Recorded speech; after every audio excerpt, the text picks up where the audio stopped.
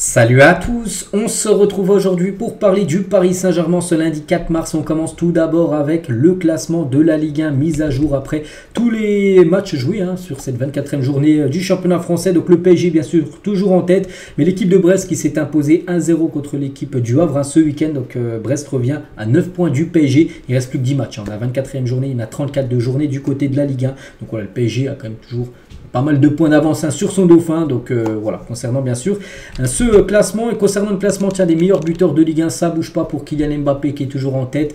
21 buts depuis le début de saison, même si ces derniers temps il joue un petit peu moins, on sait qu'il sort souvent.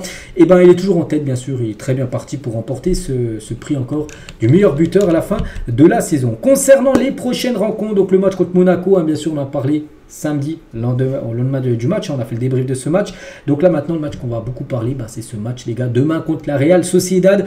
C'est demain soir, c'est à 21h. Donc le PSG, un petit rappel au match aller, s'était imposé 2-0 au Parc des Princes. Donc voilà, même une défaite 1-0, demain ça passe. Mais bien sûr le PSG ne va pas aller en Espagne pour jouer le 1-0 pour la Real Sociedad. On est d'accord, le PSG se déplace demain en Espagne pour gagner.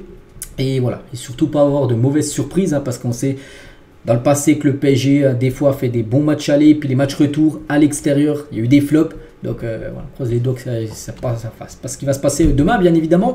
Donc déjà concernant cette rencontre, c'est officiel, Mikel Oliver, un arbitre anglais, sera l'arbitre du match entre la Real Sociedad et l'équipe du PSG. Donc il a déjà arbitré quelques fois le Paris Saint-Germain. Donc il avait arbitré lors du 8e de finale la saison dernière au Parc des Princes. En 8e, le PSG s'est incliné 1-0. C'était lui au sifflet. Il avait également arbitré la saison dernière en phase de poule le PSG Benfica qui s'était fini sur un partout. C'est avec deux fois l'arbitré de PSG. Deux fois le PSG ne s'est pas imposé. Un nul, une défaite, en espérant que demain ça soit une victoire bien sûr pour cet arbitre au sifflet. Mais bon, lui après voilà, c'est lui qui prend les dernières décisions, mais c'est au PSG maintenant de faire bien sûr un match, un bon match pour que en gros que le PSG gagne, on va dire, sous cet arbitre, tout simplement. On peut voir les autres matchs qu'il a pu diriger en Ligue des Champions, cet arbitre de demain.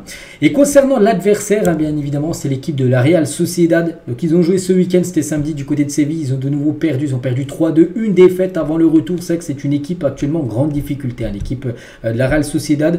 Donc ils sont malades, 5 défaites sur leurs 6 derniers matchs. C'est une catastrophe pour eux. Donc nouvelle défaite ce samedi sur la pelouse de Séville. Donc avant d'accueillir maintenant le PSG demain.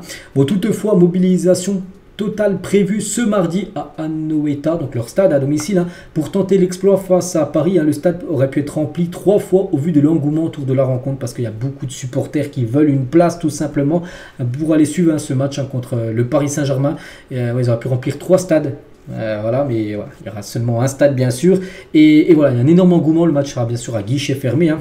Concernant cette rencontre, et comme j'ai dit, même s'ils enchaînent les défaites, attention, c'est une compétition, ils vont être surmotivés, ils vont jouer contre le PSG, ils n'ont rien à perdre cette équipe, donc attention, c'est au PSG maintenant de faire le match qu'il faut pour ne pas tomber dans le piège, bien sûr, des Basques. Et concernant le groupe, parce qu'il a été dévoilé là, le groupe pour le déplacement à Saint-Sébastien, où nos Parisiens disputeront demain le 8e de finale retour, donc voici tous les joueurs appelés. Donc concernant les joueurs qui ne sont pas là, le point médical, donc Marco Asensio, on sait qu'Asensio est sorti sur blessure lors du match contre Monaco, on peut voir légèrement touché à l'ischio-jambier droit contre Monaco. Asensio restera en soins cette semaine, c'est dommage parce que c'est un joueur lui qui joue en Espagne avant contre le Real Madrid, donc il a souvent affronté la Real Sociedad, donc il aurait pu être utile pour cette rencontre. Donc Skriniar et Kimpembe sont également forfaits, donc sinon tout le reste est là, que ce soit tous les autres joueurs. Marquinhos qui avait été blessé lors des 2 derniers matchs, enfin forfait contre Monaco et contre c'était qui, je sais plus, Rennes. Il est bien présent, Marquinhos, ça fait plaisir. Danilo aussi, Danilo qui avait été forfait, il s'était blessé la veille du match contre Monaco, donc jeudi dernier. Donc il est également présent. À noter les gars qu'il y a le jeune Mayulu et Gadou, les gars, 2 défenseurs qui sont présents dans cette équipe. Donc voilà, sinon tous les autres, Kolo Muani, Nuno Mendes, Ugarte, Lucas Hernandez ou même Ousmane Dembélé sont bien sûr tous présents pour cette rencontre. Le 11 possible du Paris Saint-Germain, donc demain je vous remontrerai le 11 probable, mais ça pourrait ressembler à ça, on va dire à 48 heures avant le début du match. Donc Donnarumma au but, bon ça, il n'y a pas trop de surprise. Le défenseur gauche devrait être Lucas Hernandez, donc Nuno Mendes devrait être de nouveau sur le banc, bon plutôt logique. Donc Beraldo devrait être aligné en défenseur central avec Marquinhos, qui reviendrait directement dans le 11 titulaire alors qu'il a loupé les 2 derniers matchs. Et Hakimi, défenseur droit. Donc Fabien Ruiz, Vitinha, Zeremri, milieu de terrain. Donc pas du Garté. D'après la compo probable, d'après le journal Le Parisien, ça peut beaucoup bouger, bien sûr. Parce qu'on sait qu'il y a souvent des surprises de Luis Enrique devant Barcola, Mbappé et Ousmane Dembélé. Donc voilà, normalement le 11. D'après le journal Le Parisien, le 11 qui pourrait être aligné pour cette rencontre. Et le programme de la journée, voilà, donc tout d'abord midi, donc là l'entraînement a été fait, la Real Sociedad ouvert aux médias. À 16h30, ça sera la conférence de presse de la Real Sociedad. À 17h15, conférence de presse du Paris Saint-Germain de Luis Enrique accompagné d'un joueur. Le joueur devrait être Bradley Barcola. Voilà, tout à l'heure à 17h15. Pour ça, j'ai pas encore les déclarations de la conférence de presse. On parlera de tout ça demain. On fera l'avant-match demain. Demain, la vidéo sortira plus tôt pour parler de tout ce qu'ils ont pu dire les deux. Et entraînement à 18h30 ce soir. Dans le stade de la Real Sociedad, où je vous montrerai également les photos bien sûr avant d'affronter bien sûr cette équipe. Concernant les supporters, donc beaucoup de supporters du PSG vont faire le déplacement Paris dans le nord-ouest de l'Espagne. Donc on annonce quasiment aux alentours des 2000 supporters parisiens. Il y aura en tout 730 membres du collectif Ultra Paris. Donc voilà, le parquage visiteur sera à guichet fermé bien sûr. Donc voilà, l'atmosphère sera magnifique demain du côté de la Real Sociedad. Carlos Soler, un joueur espagnol qui connaît bien, il joue à Valence avant, donc il a souvent affronté la Real Sociedad en Liga. Donc il a dit on se prépare pour le prochain match, la Real Sociedad, un match qui sera très compliqué là-bas, il le sait, avec leurs supporters et cette équipe qui joue très bien à San Sébastien. Donc l'important maintenant c'est qu'on doit faire un bon match là-bas bien sûr. Il faut pas flopper, t'as pas le droit parce que une élimination demain les gars, ce serait une catastrophe parce que pour un coup le PSG a un adversaire entre guillemets plutôt correct, où le PSG est favori, parce qu'on sait qu'avant il y a le Bayern, il y a eu le Real Madrid souvent en 8e, là tu chopes la Real Sociedad, tu gagnes 2-0 à l'aller, là il n'y a pas de faux pas autorisé demain les gars, ce serait une catastrophe bien sûr, une élimination, bon, on n'y pense pas bien évidemment.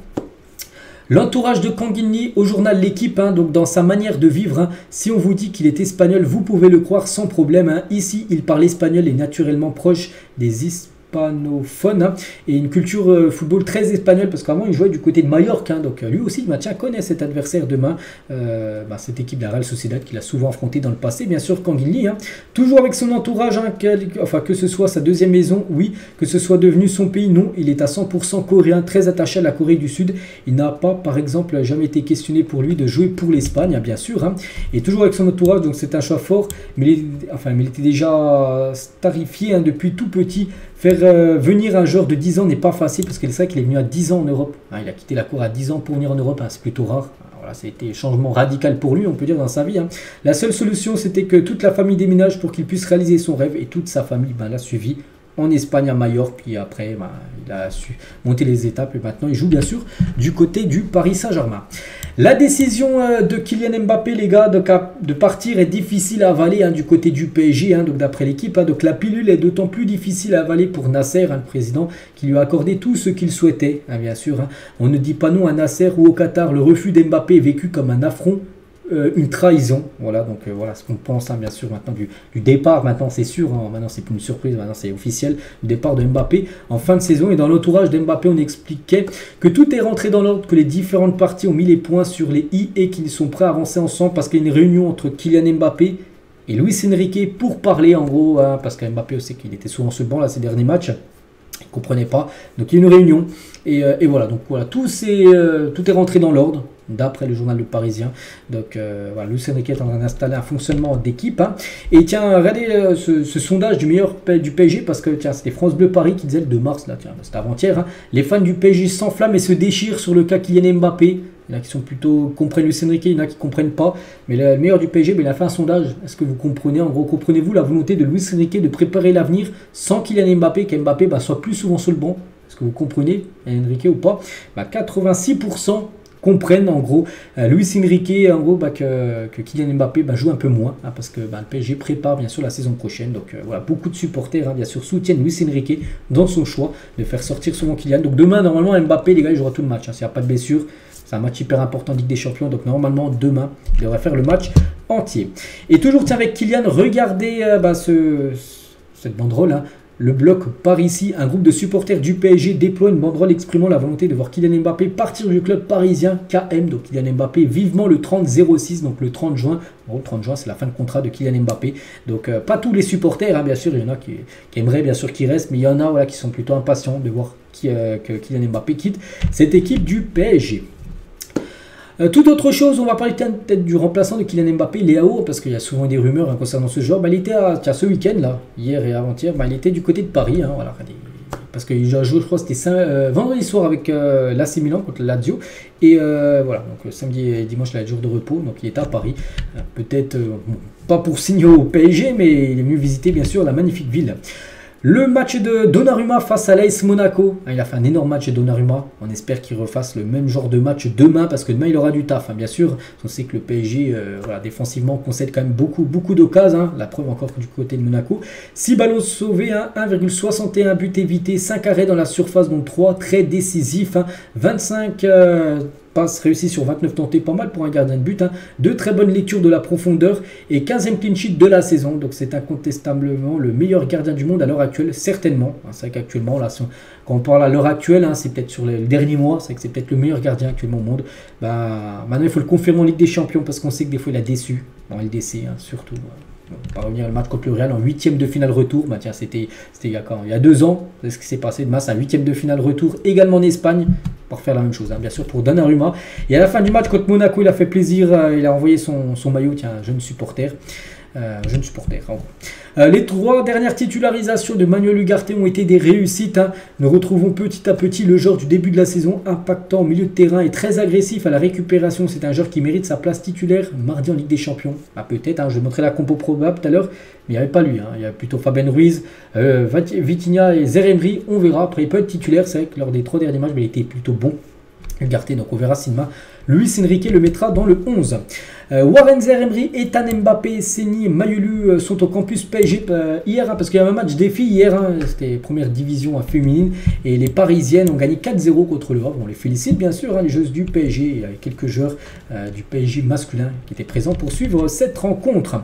Et on finit les gars cet épisode, on revient sur la compo du match de demain. Normalement j'ai dit, hein, ça devrait être ça la compo de départ. Donc vous, qu'est-ce que vous en pensez? Est-ce que pour vous la compo est plutôt bonne ou est-ce que vous auriez fait des changements? J'en sais rien. Ugarte à la place de Fabien Ruiz, est-ce que vous auriez mis Nuno Mendes à la place de Beraldo, et Beraldo tu le mets sur le banc et tu mets Hernandez dans l'axe? Est-ce que vous auriez mis la triplette en attaque? Vous auriez mis, je sais pas, Colomwani ou Gonzalo Ramos? J'en sais rien. Donc vous, est-ce que vous aurez changé quelque chose par rapport peut-être à la compo qui pourrait être alignée demain? Donc voilà les gars ce qu'on va dire aujourd'hui, j'espère que ça vous a plu. On se retrouve bien sûr demain, donc demain la vidéo sortira plus tôt, j'essaie de vous sortir ça, je sais pas, vers midi, voilà, par là, pour que vous ayez toutes les infos d'avant-match, bien sûr, avant la rencontre très importante de demain soir. Bonne journée à vous et à demain.